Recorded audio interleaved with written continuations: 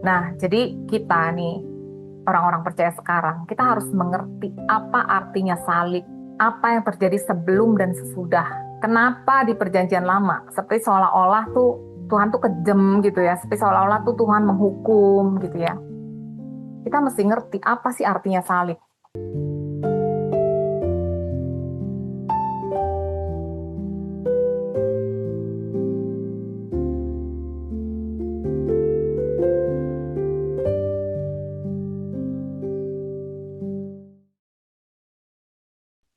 Kenapa Ayub itu nggak berdaya? Satu, Ayub atau manusia itu ada di bawah kuasa iblis. Kita udah lihat ya sebelumnya ya. Iblis itu berkuasa karena Adam memberikan kuasanya kepada iblis atas bumi. Kedua, Ayub tuh nggak punya senjata untuk melawan iblis. Dia mau pakai senjata apa?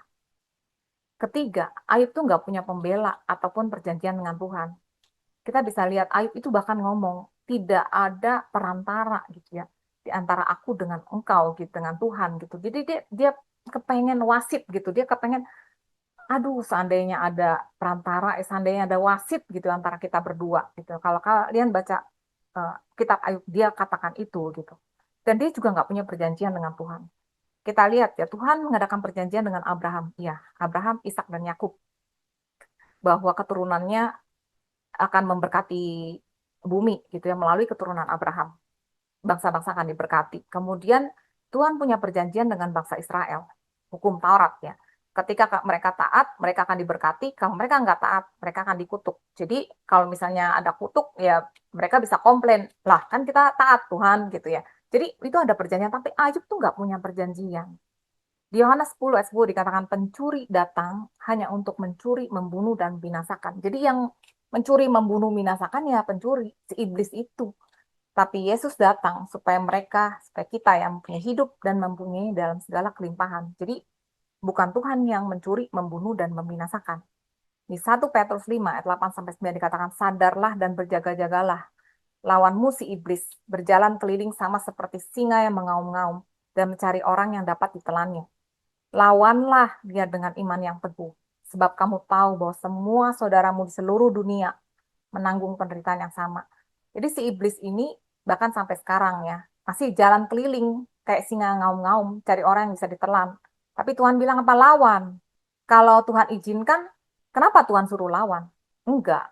Tuhan bilang lawan gitu. Nah, terus bagaimana dengan kita? Apakah kita sama dengan Ayub? Satu, kita punya Tuhan Yesus. Yesus Kristus itu adalah manusia sempurna. Makanya dia dikatakan anak manusia. Karena dia harus jadi manusia. Firman Tuhan itu harus jadi manusia. Dia udah mengambil otoritas dari iblis. Tadinya kan Adam kasih ya ke iblis. Tuhan ambil sendiri sebagai manusia. Karena harus manusia. Manusia yang memberikan pada iblis. Manusia juga yang harus ngambil dari iblis. Di Kolose 2 ayat 15 dikatakan, iya Yesus ya telah melucuti pemerintah-pemerintah dan penguasa-penguasa dan menjadikan mereka tontonan umum dalam kemenangannya atas mereka. Dia sudah menang gitu ya.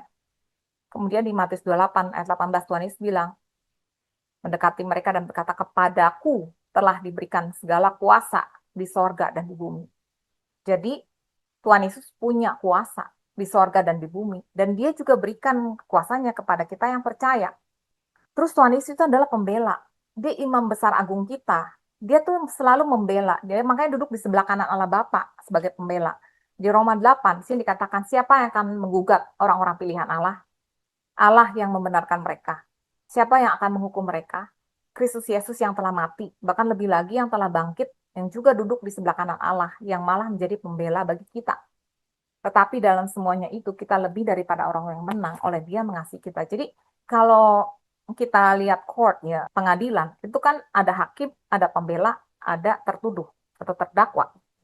Tuhan Yesus itu pembela. Jadi kalau iblis itu kan pendakwa ya.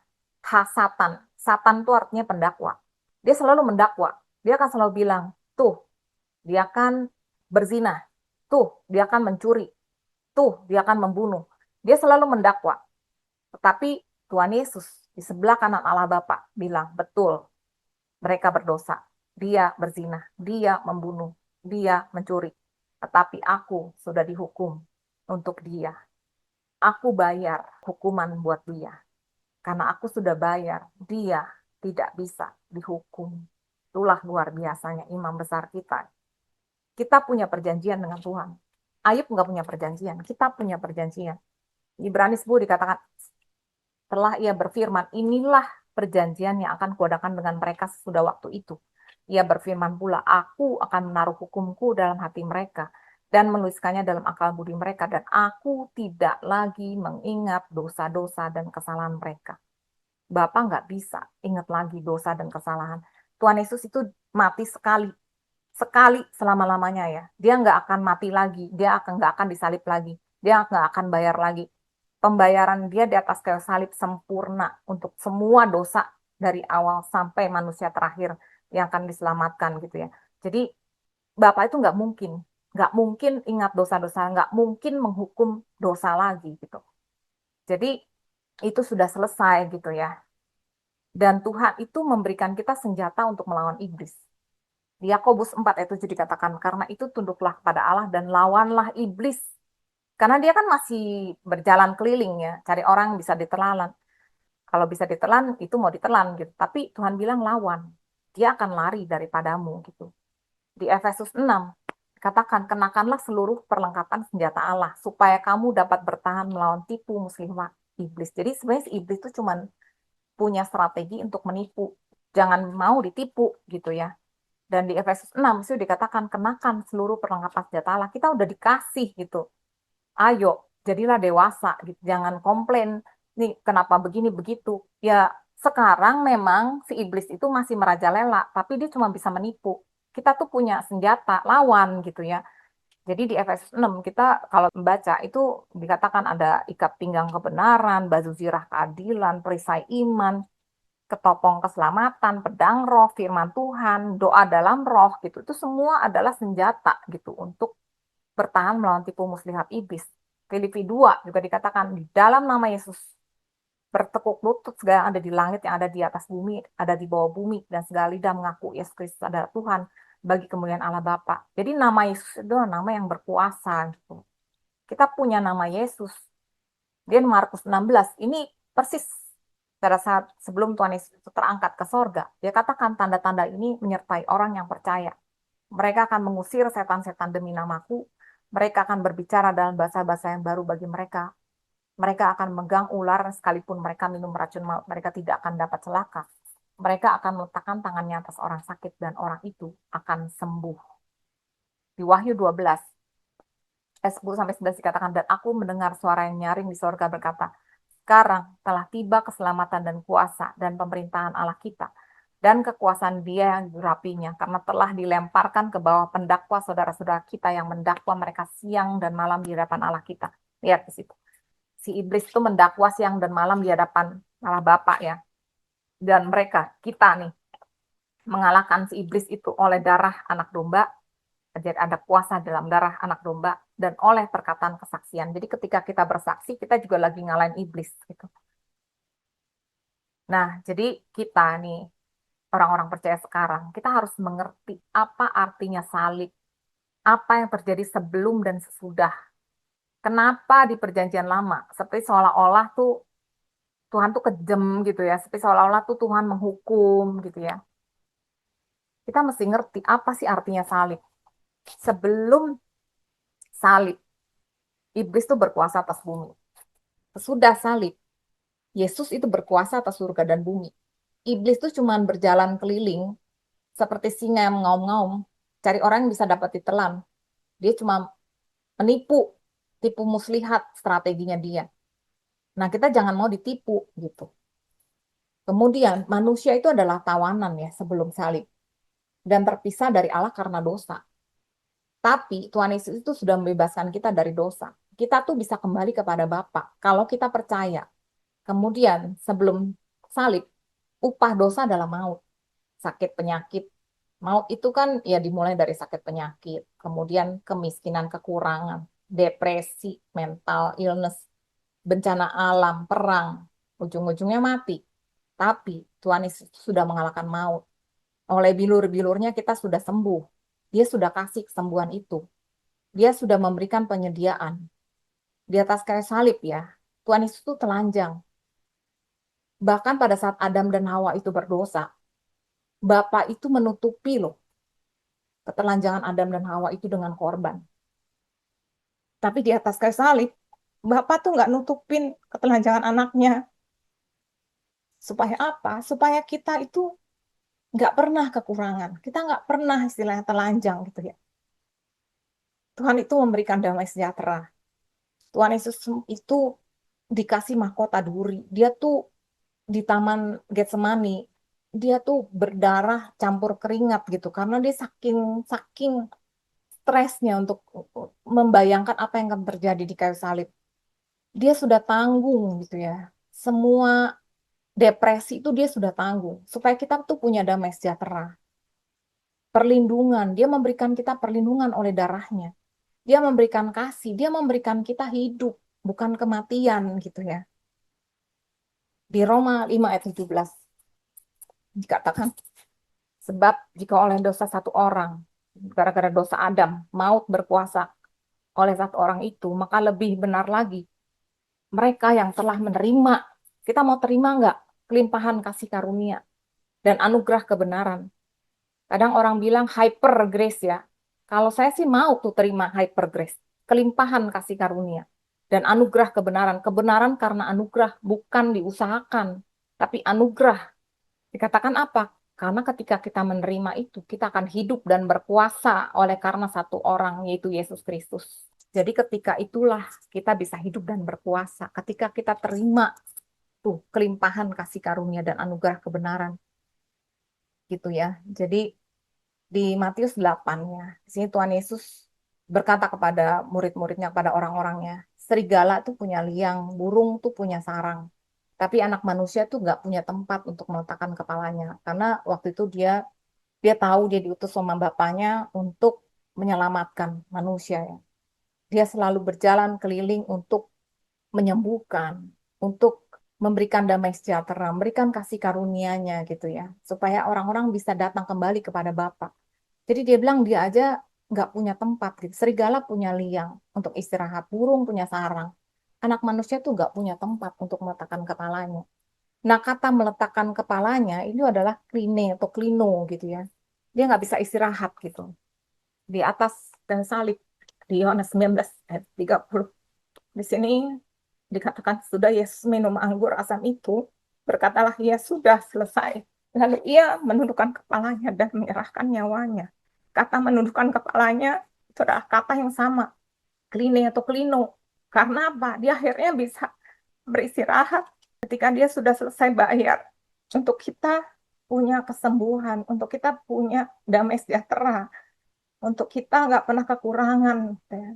Barulah dia bisa beristirahat, dia menundukkan kepalanya. Karena sudah selesai, penebusan itu sudah selesai di atas kayu salib ya. Kata sudah selesai itu adalah tetelestai dalam bahasa Yunaninya, tetapi dalam bahasa Ibrani itu adalah kula, kula atau kata yang sama dari akar kata yang sama kala, kaflamethe itu artinya pengantin perempuan. Kita tuh adalah pengantin perempuannya dia. Kita udah selesai dibayar sama dia oleh darahnya, oleh kematiannya. Kita hidup gitu. Jadi ketika kita menghargai apa yang sudah dia kerjakan, ketika itulah kita bisa menang gitu. Jadi kalau kita berpikir, oh kita dihukum, itu kita nggak menghargai loh apa yang dia lakukan. Ketika kita berpikir Tuhan menghajar kita dengan sakit penyakit, dengan bencana, itu kita nggak menghargai. Betul-betul menghina tuh pekerjaan Tuhan Yesus gitu. Jadi jangan gitu. Kita kita percaya Tuhan itu sudah selesai. Jadi kita melihat, memandang kepada Dia, mengerti apa yang Dia sudah kerjakan gitu. Ketika itulah kita bisa menang.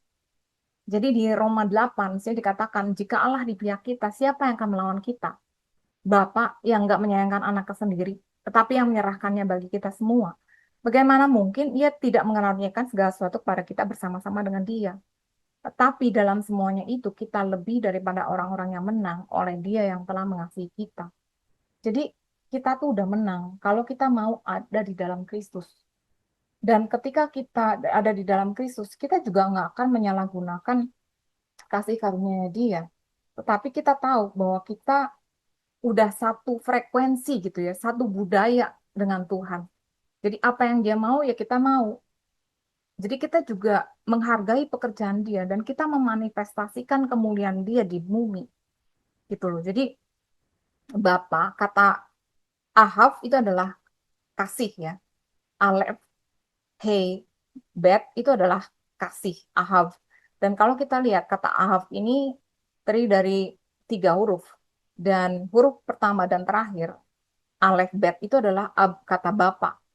Tengah-tengahnya adalah Hey, yang merupakan kasih karunia. Jadi kasih itu adalah Bapa yang memberikan kasih karunia-Nya melalui Tuhan Yesus. Jadi itulah luar biasanya ya. Dan ketika kita mengerti itu, kita tuh betul-betul bisa hidup dan berkuasa karena satu orang itu, yaitu Yesus Kristus. Iya. I think yang this time very very powerful gitu kan. Apalagi mengulang mengenai Ayub gitu kan. Tuhan itu benar-benar sayang sama anak-anaknya gitu sebenarnya. Sampai Ayub yang waktu itu belum punya perjanjian aja Tuhan itu turun sendiri. Dia yang ngomong sama Ayub gitu kan. Bukti bahwa dia benar-benar sayang gitu. Nggak sampai Ayub dibiarkan terombang-ambing. Tuhan kan bisa aja gitu kan. Ngomong terus sama, ditekan terus sama teman-temannya, terus dia punya pengertian yang salah. Atau dia sendiri udah punya pengertian yang salah juga. Tapi Tuhan tidak membiarkan itu gitu. Maksudnya Tuhan itu datang untuk menuntun dia gitu. Apalagi pada kita yang kalau kita meminta pasti dituntut sama Tuhan. Aku tuh berulang kali gitu ya. Kalau misalnya aku udah mulai kayaknya pikirannya udah mulai harus aku yang melakukan. Tuhan tuh selalu ingetin gitu. Roh Kudus selalu ingetin. Tuhan Roh Kudus tuh selalu minta aku nyanyi gitu. Kalau aku nyanyi itu fokusnya kembali kepada Jesus gitu. Yap. Is done, is done gitu, udah selesai gitu. Jadi kamu nggak perlu kerja gimana gimana gimana, fokusnya nggak balik lagi ke aku apa yang aku harus lakukan untuk menyelesaikan tugas ini. Tapi Tuhan udah kasih rahmat untuk menyelesaikan pekerjaan ini akan berbeda sekali kalau kita pikiran selalu aku aku yang harus kerjain, aku yang harus tanggung jawab. Akan beda fokusnya kalau kita mikirnya Tuhan sudah kasih karunia, kasih grace, kasih mercy, grace will hunt you down gitu kan. Bahwa Tuhan sudah membantu aku untuk menyelesaikan segala pekerjaan ini. Fokusnya Tuhan yang sudah mengerjakan gitu, bukan aku yang mengerjakan. Dan itu benar ada damai sejahtera di sana dan kayaknya gampang gitu. Kalau kita yang mikirin kok kayaknya susah. Tapi kalau begitu udah fokusnya beda, putar ke Tuhan, kayaknya lebih mudah. Segala sesuatu menjadi lebih mudah. Ya. Dengan adanya juga LG kayak begini, selalu diingatkan kembali gitu, mengapa anak manusia. Holy Spiritku langsung bilang gitu, harus anak manusia gitu. Nggak Hmm. bisa Tuhannya gitu, karena dia kuasanya udah diberikan kepada Adam. So kalau yang mau ngambil juga harus anak manusia gitu. Waktu Rita ngomong itu Holy Spiritku juga langsung kayaknya bilang, iya, memang harus anak manusia dan harus anak manusia yang duduk di sebelah kanan Allah Bapa. Karena Ya. dia adalah pembela kita gitu. Kalau pembela kita kayaknya jauh Tuhan gitu, kayaknya besar. Gimana? Ini pembelanya kita tuh sama kayak kita. Sama-sama manusia. Cuma dia adalah 100% Tuhan dan 100% manusia. Dia juga manusia gitu. Betul. Semuanya memiliki hubungan sama manusia. Iblis menerima kuasa dari manusia, sehingga dia bisa mendakwa manusia. Anak sudah turun sebagai manusia juga, supaya dia bisa menjadi pembela kita. Karena Betul. iblis pendakwa, Jesus adalah pembela. Jadi kita terdakwa, pendakwa, pembela. Semuanya related sama manusia. Dan Ya. it has to be the Son of Man gitu yang menjadi pembela kita. Betul. Very Mak- powerful, Makanya kalau very kita powerful. perhatiin, lebih sering Tuhan Yesus dikatakan sebagai anak manusia dibanding sebagai anak Allah. Lebih sering di perjanjian baru ya, anak manusia. Dan dia juga adalah imam besar agung kita. Imam besar itu merepresentasikan manusia. Kita tahu Ya, ya bedanya antara imam besar dengan prophets ya, nabi. Nabi itu merepresentasikan Tuhan kepada manusia. Dia mengatakan apa yang Tuhan katakan. Ya, tetapi imam besar itu merepresentasikan manusia ke hadapan Tuhan. Dan imam besar itu harus dia tinggal bersama-sama dengan manusia, dia harus mengerti apa yang dialami manusia. Makanya imam besar pertama itu Harun. Kenapa bukan Musa aja gitu ya? Musa nggak bisa. Musa itu dia tinggal di palace. Dari upbringingnya aja dia udah tinggal di istana gitu. Dia nggak bersama-sama dengan orang Israel yang rakyat jelata Birokrat, istilahnya. bukan rakyat Udah gitu, jelata terus ya. udah gitu kan dia lari kan.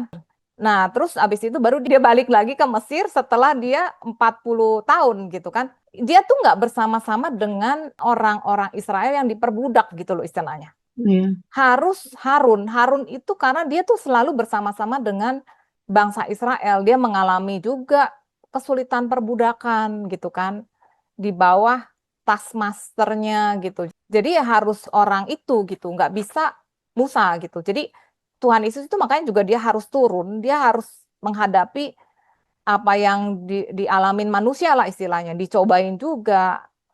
Terus udah gitu dia mengalami juga badai gitu kan. Terus udah gitu dia Hmm. menghadapi orang-orang yang kelaparan gitu kan. Jadi dia menghadapi orang-orang yang sakit penyakit, buta dari lahir dan sebagainya. Jadi dia tuh harus ngalamin itu semua. Dia qualified Dan, sebagai imam besar. Makanya Tuhan Yesus itu harus jadi anak hmm, manusia gitu untuk hmm, merepresentasikan manusia. Oke, mari kita bersatu dalam doa. Bapak kami mengucap syukur Bapak karena Engkau luar biasa Bapak. Ketika Engkau mengajar kami dengan kasih. Engkau mengajar kami dengan firman-firman-Mu. Engkau mengajar kami dengan roh-Mu yang menuntun kami, yang ada di dalam kami. Engkau tidak mengajar kami dengan sakit penyakit, dengan bencana, dengan kecelakaan. Kami percaya Tuhan, kalau Bapa di bumi saja tahu memberikan yang terbaik buat anak-anaknya, apalagi Engkau Bapa. Engkau adalah kasih. Ajar kami untuk terus memandang kepada Kristus. Pekerjaan yang sudah Dia selesaikan di atas kayu salib. Ajar kami untuk sungguh-sungguh mau dituntun Roh Kudus dan tidak bergantung pada pengertian kami sendiri. Terima kasih Bapak, kami percaya Engkau mengasihi kami anak-anak-Mu. Engkau sudah berjalan di depan kami, Engkau menutup barisan di belakang kami. Engkau senantiasa menuntun kami dalam satu kemenangan kepada kemenangan yang lain. Terima kasih Bapak, kami mau serahkan seluruh kehidupan kami. Engkau sendiri yang mau bekerja supaya kami juga bisa menjadi garam dan terang dunia dimanapun kami berada. Kami boleh memancarkan kemuliaan Engkau. Terima kasih Bapak, Engkau berkati kami dan seluruh keluarga kami.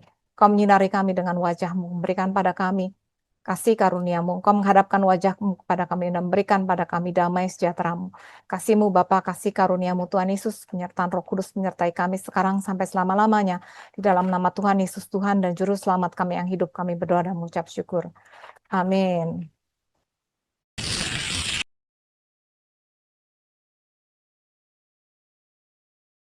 Kata Masyiah itu sendiri itu berarti yang diurapi ya. Berasal dari kata masah, mem, shin, khet, itu yang berarti mengurapi atau mengolesi dengan minyak atau mentahbiskan gitu ya.